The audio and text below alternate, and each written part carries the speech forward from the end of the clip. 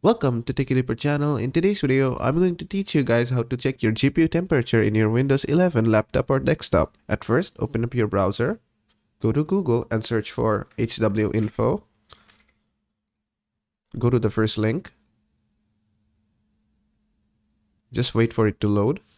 Click on free download. Now, if you have 64-bit Windows, just download this one. If you have 32-bit, download this one. My Windows is 64-bit, so I'm going to download this one. Click here. After that, just wait 5 seconds and your download will start shortly. Just download the file anywhere. After that, just open the file. Click on yes. Click on OK. Click on next. Click on I accept the agreement. Click on next. Then just select where you want to install it. Click on next. Click on next. Click on install.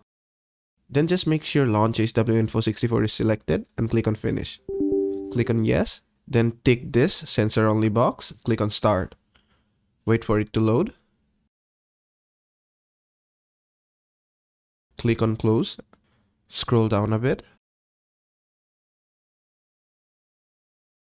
And you can see your GPU temperature here.